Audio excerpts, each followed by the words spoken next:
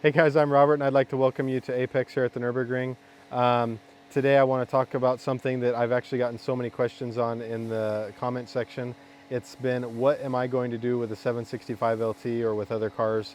And it's an interesting subject because right now I definitely have more cars than I need or really even want, to be honest. But there's a couple things that I would like to make changes in terms of the car park and the fleet. And one of them is what's been most often requested, and that's the 765 LT. The 765 LT is obviously going to be an absolutely amazing car. Um, when the McLaren engineers were producing it, they had some issues with it being faster than the Senna on certain, let's say, lower downforce tracks, and that's a big problem when you're considering that it's only a couple years after the Senna release. So the 765 was also a reason that I didn't get the Senna. I had said a long time ago that that was, I believe, going to be a benchmark car and a car that's going to be at the top of the, I guess, pyramid, if you would, in terms of what's capable from a supercar, especially in that category. The other side of it is that here on the Nürburgring, where I primarily use the cars, the 765 is going to be very fast. What's sitting behind me here is the GT3 RS MR, and that's obviously an incredibly fast car. Full lap with Lars Kern driving did 640.3 full lap, and that's just incredibly quick. And I really enjoy driving NTF. Sometimes for me, when I get a clear lap and I just go, it's not as much fun as when you maybe saw the Pista video the other day where there's some traffic and you're almost in a way interacting with people. That's what I really enjoy about the cars and how I like to drive. So getting out in a 765 LT is probably going to be absolutely as fast as you need to be. I believe that the 765 LT should have the capability of holding some sort of a Nürburgring lap record. McLaren has always stated that they're not that concerned about going and setting lap records places, but I think they'll probably get the car to Sport Auto or different things like that, and you'll see what it's capable of. So at the end of the day, yes, I want to get a 675 LT, a 765 LT. The 765 LT is something that I'm still working out the spec on and trying to figure out exactly what I want to do, but that is definitely something that will come and join the car park. The 600 LT is a car that I've ranted and raved about the suspension and the chassis and how it feels. It's one of the most exciting cars to drive in terms of just a pure driver's car. It's not the fastest car that I have. It's not the best sounding car that I have internally, but it is an absolute driver's car. You feel what every corner of the car is doing. You feel how the suspension moves. You know what corners getting grip. You can feel it rotate. You can steer the car with your gas and brake pedal, and that's a lot of fun. But at the same time, it's a car that I look at, and McLaren didn't build it to any real limited production numbers. It was sort of a time frame, how many can be ordered within this time frame, and how much money can we make with it. Once the orders stop within this time frame, then we'll move on to the next model. So it's not a car that I see as a long-term keeper in the sense that the values are definitely going to start dropping. So I have secured a deal to have that car actually move along. That car probably actually will not make it back to Apex again. I may go down to McLaren Stuttgart and make a little video with the car, just talk about it a little bit, give my impressions of the car after I think 24,000 kilometers of use, how good of a car it has been, and I will miss that car. But that's going to make room for a 620R. A lot of people have said, oh, skip the 620R, get something else. But there's a few things about the 620R that really speak to me and why I want to get that car. First of all, it's a car that's designed from McLaren to be used for the track. It's the first car that they have built and openly said, we want this car to be ready for the owner to take the car, put a set of slicks on it, and drive it on a track day, or even like a testing day on a Friday for VLN or something like that.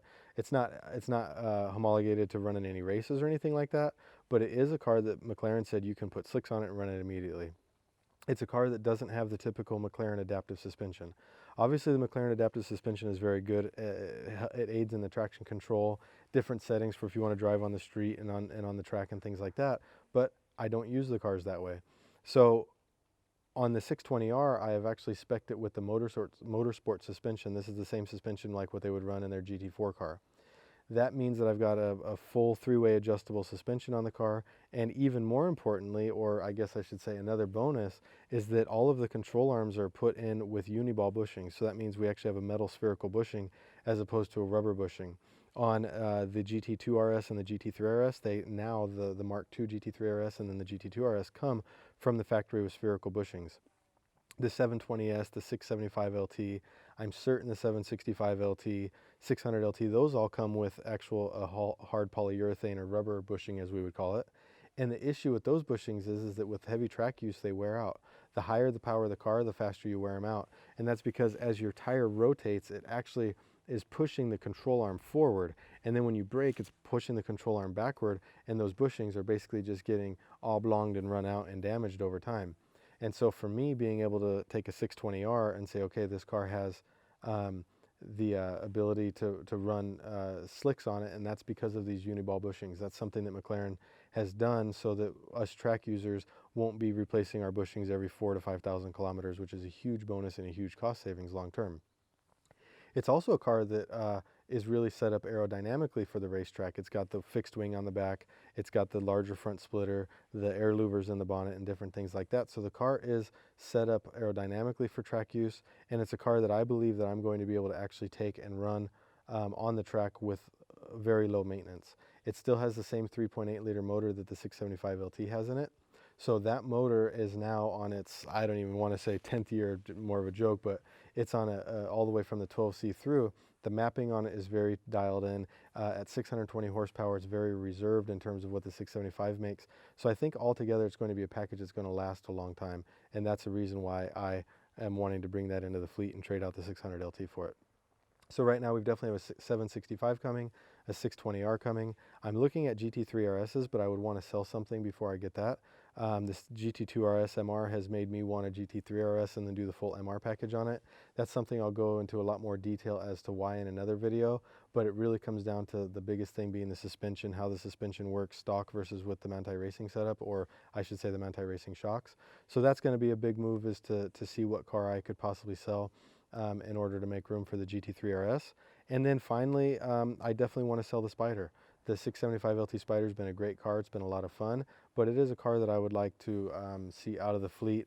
I don't really drive the Spider that much. I don't go on Sunday drives and different things like that. The Sunday drives I do, I've been posting on the YouTube channel here, and they're with the Pista on the racetrack, with the GT2 on the racetrack. So that's kind of a car that I could see going out of the fleet. So if you know anybody that's looking for a Spider, let me know. Finally, obviously I've got the Team Schirmer builds. Those are on a league of their own in terms of excitement. I took the F80 M3 out for a couple laps last weekend, and the car's just amazing. It's absolutely perfect. I just had so much fun with it. I went out and drove it at about what a taxi pace would be.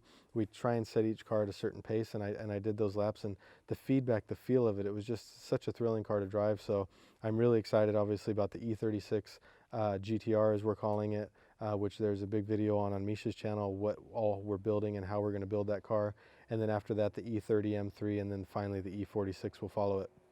So that's just a little look at what I want to do with the fleet. Another big question is, now that I've ranted and raved about the Pista, what am I going to do with it? I loved it. It was an absolute blast. I had so much fun with the car. I definitely want to get it out on track again this coming weekend, have even more fun with it. But honestly, it doesn't hold the same place in my heart that maybe the 675 LT Coupe does. I've had that car 4 years, done over 1,000 laps in the car on the Nürburgring, so the Pista isn't quite there yet.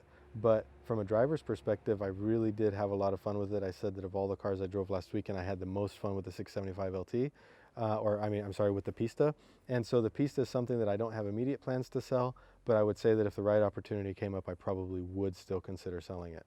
So hope that gives a little bit of an insight into the car park, what my plans are, what I'm thinking, and just a little bit as to my thought process. But I'll be out here this weekend shooting some more videos. We're going to get on board with the GT2 RS, get on board with the F80 M3, and maybe even the E92 XX31 will get out on track. So hope you guys look forward to that, and we'll catch you later. Bye.